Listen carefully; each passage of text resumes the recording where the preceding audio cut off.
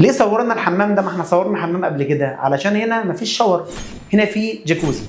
طيب هنتكلم في كام حاجه، من اهمهم ان الحمام يكون لونه فاتح قدر الامكان طالما العرض بتاعه مش كبير قوي.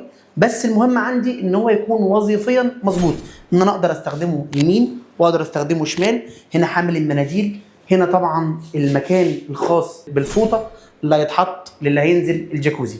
طبعا مش هنتكلم بقى عن الحوض اللي هو بالفعل من الفوم بورد، فبالتالي هو ضد الميه تماما، بالاضافه للمرايه بتاعتنا، بالاضافه كمان ان التقسيط بتاع السيراميك اللي اتكلمنا فيه كتيره جدا من اهم العوامل اللي بتخلي حمامي كبير ومش بشوف لحمات كتير، فبالتالي بكون مرتاح في حمامي. التقسيط بتاعنا هنا كبير ما شاء الله، كل البلاطات اللي انت شايفها سليمه سواء في الحيطان او سواء في الارضيات، كل حاجه متوظفه صح، عينيا والاناره متوزعين صح، فبالتالي طبعا في شفاط موجود في السقف.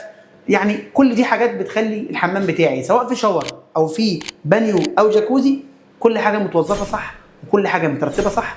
فبالتالي زي ما قلنا قبل كده، فلوسنا مش بتترمي في الارض وبتكون تاخد قيمه مقابل سعر.